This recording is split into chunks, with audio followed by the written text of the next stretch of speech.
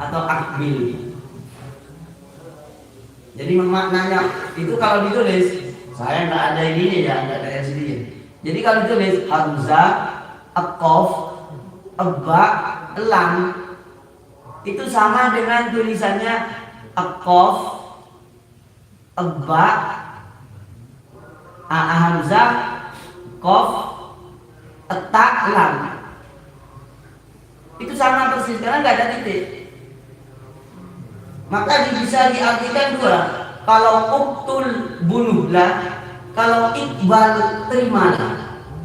Jadi kalau umpama Pak Yusuf datang ke saya bawa surat, ya terimalah suratnya. Itu bisa maknanya dua. Bunuhlah yang membawa surat. Iya. Nah, jadi kan itu sekarang tinggal enaknya sudah. Itu bid'ah semua itu, membukukan Qur'annya, mengumpulkan Qur'annya, membuat titiknya, membuat harokatnya, itu udah ada di zamannya nah. Makanya Abu Bakar pertamanya tidak mau bid'ah. Sayyidina Umar yang suka itu ya. Akhirnya Sayyidina Umar ahli bid'ah. Iya. Buat banyak itu tarawih berjamaah 1 bulan, itu karyanya Sayyidina Umar. Karena Nabi tarawihnya cuma 3 malam. Bukan 1 bulan. Sama tarawih 1 bulan, dia ahli bid'ah. Lah iya orang lagi lama. Kanjeng Nabi sampai wafat gak tarawih berjamaah kok. Mungkin sampai zamannya Abu Bakar tarawih gak berjamaah. Baru setelah 2 tahun Khalifah Umar. Kenapa Umar ini pinter? Jadi mengkreasikan agama itu pinter.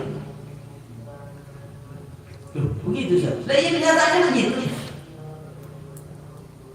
Sayyidina Umar mikir, waduh, iki konco-konco ini kok sholat tarawih ini sendiri-sendiri ya.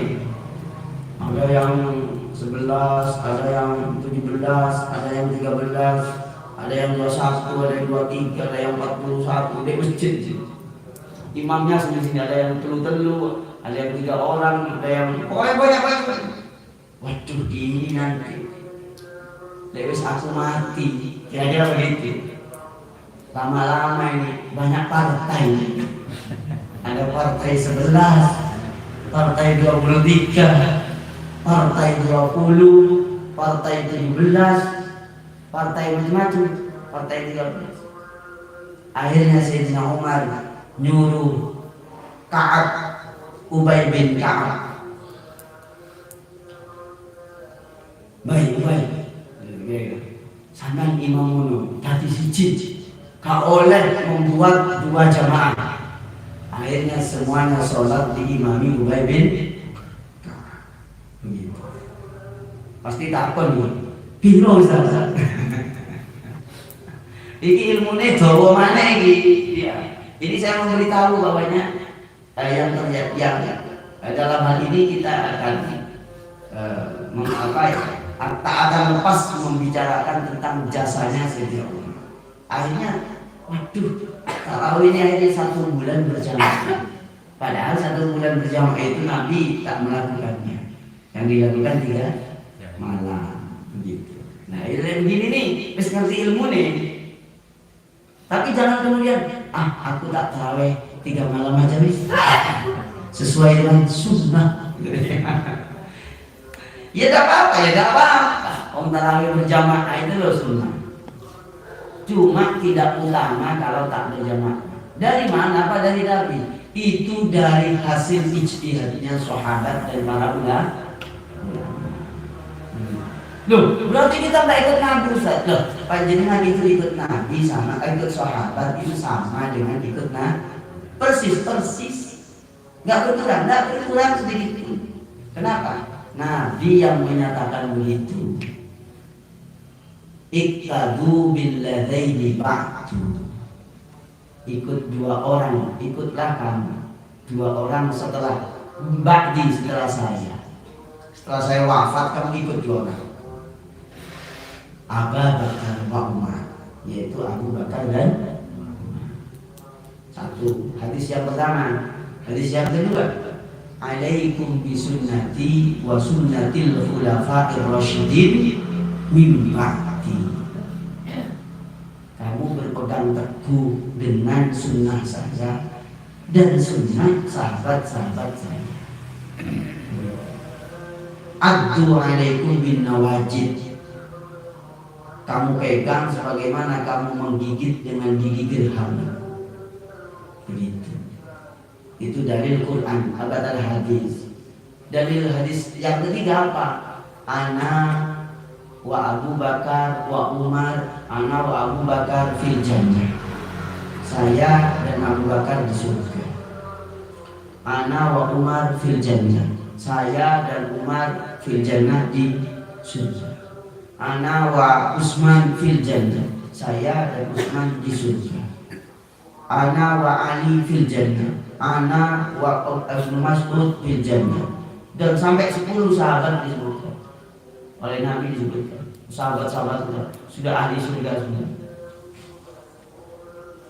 Maka tak mungkin orang yang ahli surga dijamin oleh Nabi itu melakukan sesuatu yang gak cocok karena Nabi. Begitu ilmunya.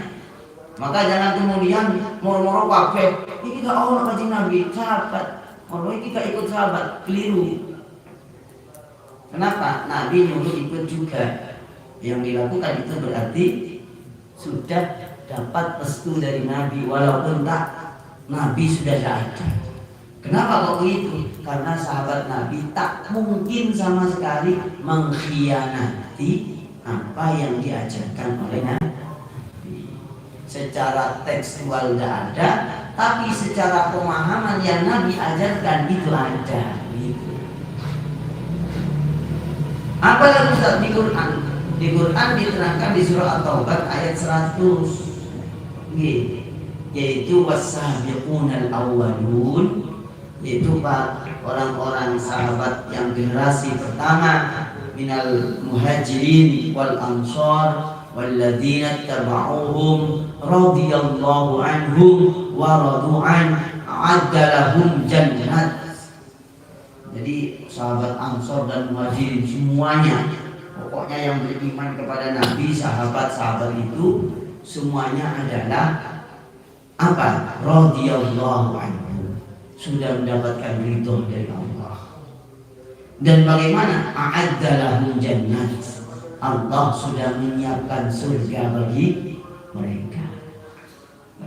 Maka ini ilmunya para ulama. Oh, berarti sahabat melakoni perbuatan apapun itu menurut yang mereka pahami dari Nabi. Gitu. Nah, ini para jemaah termasuk para sahabat meletakkan Fatihah ada di bagian pertama, padahal tidak turun pertama. Sehingga di dalam tafsir Ibnu Katsir dikatakan Fatihatul Kitab khotton, secara tulisan di Quran itu ditulis pertama, padahal turunnya bukan pertama. Begitu. Terus dikatakan juga wa yuqalu indal jumhur, pertama dikatakan Fatihatul Kitab. Kenapa disebut surah Fatihah? Karena Quran dimulai dengan surah Fatihah. Fatihah itu pembuka artinya. Terus wa biha tuftahu al-qira'ah fi shalah. Dan juga karena dengan Fatihah sholat itu dimulai. Dan juga dikatakan wa yuqalu laha aidan ummul kitab. Nah, Fatihah itu juga disebut ummul kitab, induknya Al-Qur'an. Namanya sudah berapa sudah? Dua. Jenenge Fatihah itu sudah dua.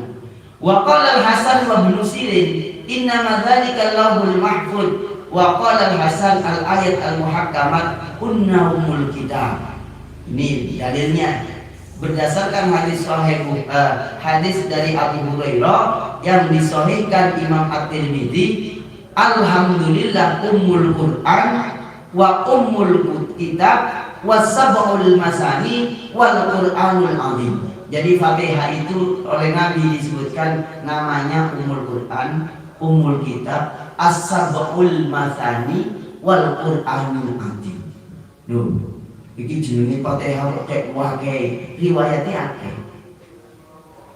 Disebut sabul masani itu artinya 7 ayat yang diulang-ulang. As-sab'u itu al-masani kang den ulang